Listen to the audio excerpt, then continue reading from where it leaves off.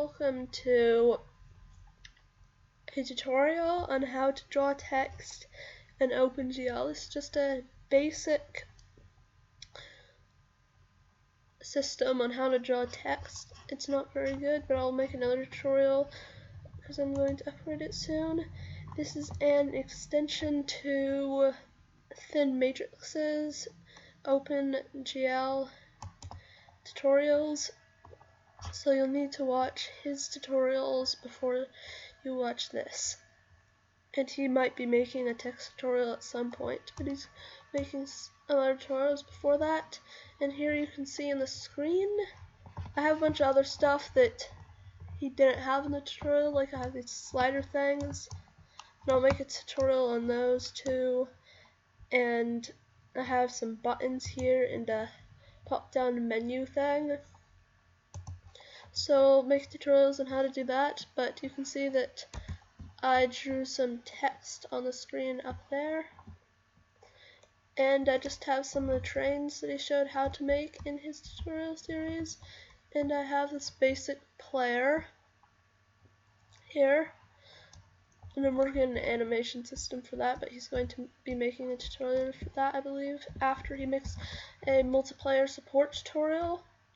So I'll be showing you how to program this text thing into the screen, and you don't have this font I just drew by hand, so you don't have to use this. It's a really bad font thing, and like I said, it's not a very good system because all the letters have to be inside of a certain sized square, and then they're all like this. So, but I know how to improve that, and I'll make a tutorial on how to improve it sometime this month probably. But I'm working on some other things in here right now, and I haven't done that yet, so as soon as I do it, I'll make a tutorial on how to do it so it will look better, and there won't be like tiny spaces in between some and large spaces in between others, and you can like choose the size of the spaces or whatever that you want. So the supported characters for the text system, this one you can extend it to like every single character you could possibly think of, but I just have like one sort of lowercase. It's sort of lowercase, sort of capital. It doesn't really matter. It's just letters and numbers. So this is just letters and numbers, and then also spaces. Okay, so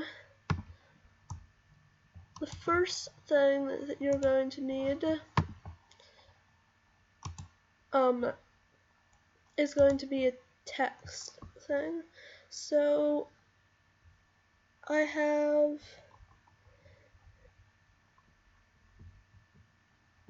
it somewhere in here. I'm just gonna open this up real quick. Just a moment. So I'll just show you what the thing will look like. So see, I have a 6 by 6 thing. Now we're going to tell OpenGL that it's 8 by 8 because it has to be in the sequence of 2, 4, 8, 16, 32, 64, 128, like that. So, because it just looks really weird because it's all messed up if you just tell it it's a 6 by 6. And then also if you tell it's an 8 by 8, and also you can make this a lot larger if you want to. Also when I tell it's an 8 by 8, I tell it that the space character is off of the actual texture, so it kind of creates a new texture, a new image inside the program that's 8 by 8 that you can tell it to go, but all those extra spaces will just be blank because they're not in your original image.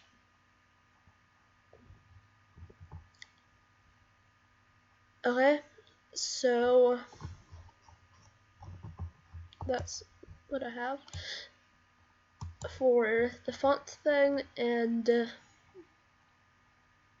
if you don't want to create your own one, also these letters can be any resolution you want, and you can extend it as much as you want to, like I said. So if you don't want to make one of these, then you can just say you want it and leave your email address in the comment section, and I will send you this one that I made, even though it's not a very good one. I just made it really quickly, and I just have some. Okay, so now I'm going to show you how I did this text thing. So you're just going to have to pause the video and copy the stuff that you're talking about. And so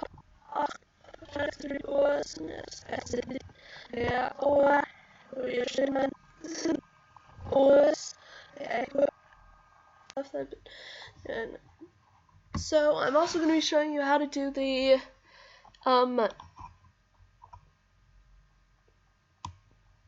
like sliders and stuff in a separate tutorial, so you might as well just add all of these things inside the GUI texture, the position, the scale, or you should already have the position and the scale, but then also the P scale, which made it stand for pixel scale and pixel position, because that's just so that we don't have to constantly convert between the two.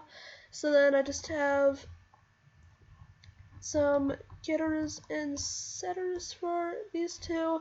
Then for this tutorial specifically, the main thing that you need right now is, but you should copy down all those 4 variables right there, but you're going to also need to copy the texture index, because as we had like tiled textures for entities before, now we're going to have to do that for GUIs for the text thing. It also probably come in helpful for other things. So now you're going to want these two. So this one is just this one, except that you have to put the texture index in so then you just set all these things in here, and then the position, because this now takes in pixel, because it was annoying how you had to do it before, because it wasn't pixel coordinates. So I just have this function right here, which is pixel to GL, and it takes in a vector 2f, which is the pixel coordinates, and it outputs the GL coordinates. Okay, so you're gonna copy that down because we're gonna need that. Maybe not in this tutorial, but in the next tutorial that I'll make. Okay, so that's what you need to copy. Okay, so that's just a simple thing in the maths. And then the scale is just, you can see this here, that's just converting it into the right scale that you'll need. So it takes in pixels, and then it has the thing that we had before. So, and then this one is different because it sets the texture index, this thing, and then 2 methods, get texture X offset and get texture Y offset. So you're going to need to copy both of those, and then you should edit these two, the set position and set scale, as they're different now. So if you didn't have them before, also you're just going to add those two. Okay, so that's good. So now in the GUI renderer, the render with the GUI textures should now look like this, because the difference now is it has that number of rows thing, and that's basically it. So X and Y offset, and you're also going to, oh yeah, there's also, I forgot, okay, so you're going to want to add this, that the model text, it takes in a lot of texture, and the It's just called, it now takes in a model texture instead of just a normal old texture thing that we had before, because the model texture already has the number of rows and stuff in it. You don't need these variables ever though, so we're just gonna use a model texture like we have for entities in this now, and if we still need to get the texture, then you can just do return texture.getID, just a normal integer as a texture thing. So you'll need this because the GUI renderer now needs to get the number of rows from that. So any differences from yours and mine, you're going to need to change those, and you don't need this right now because it's just for rendering buttons for me. So that's it. So that's it for that, and I do not think, oh yeah, you're gonna need to add the location offset, I think, or the number of, just add the things that you don't have already in here. So obviously you're gonna need the number of rows because that wasn't in there before. So this is the shader, and just the normal shading things that you would add in your other shader programs. So I'm just gonna open up both of these. You don't need the fragment one. Actually, you do. Or no, I don't think it do. So I think that one just stayed the same. Sorry about that. So then you're going to need this. Yeah, this is what calculates the texture coordinate. Sorry about that. So just edit this, and this is just basically the same stuff that you did for tiling textures on entities. Okay, so that's what you need for the shaders. So now, just like you did with entities, you can now draw it. Where's it? Oh yeah, never mind. Okay, so now we are going to open, or let me just find where I put it again. Just a moment. Dang it, where did it go? Sorry about this. I meant to have it open before I started. Where did it go? Seriously though. Okay, I'm just gonna search it. Oh no, actually, so text manager. Yeah, I didn't remember where I put it. I remember it's in the toolbox. Oh yeah. So I just made a new class in that toolbox, and all you should have in here is the maths in the mouse picker. So you want to create a new class, and you can call it whatever you want to. I called it text manager, and you don't. So I have two separate things here. So I have the GUI, a list of lists of GUI textures called all text, and it's then just initialized. So this is just if you can add new text to the screen, and it won't have to recalculate stuff every single frame if you don't want it to do that. So it's basically if you want to keep it on there. So then I have the model texture font, which is just loader.load texture font and a new model texture.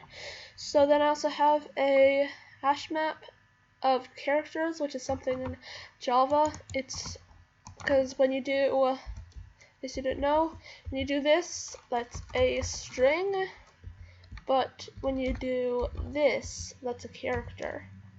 So it can be like F or whatever. So it's a map of characters to integers, which is the positions for all the things on the font. And then I have a list of object arrays, which is for keeping track of things. And I just initialize it here, and then have a method called init, and it sets the number of rows to 8. Like I said before, it gets messed up if you have 6. If you want to try just, if you use like the one I have, and then you try to use something that's not like in 2, 4, 8, 16, 32, 64, you can try that, but it's going to look weird. So then I'm just adding new things to the hash map, or the positions hash map. So I'm putting the character A to be in the 0 index. So I think, no, I do not have this open anymore. Okay, just a moment. I'm meant to have this open. Let's see.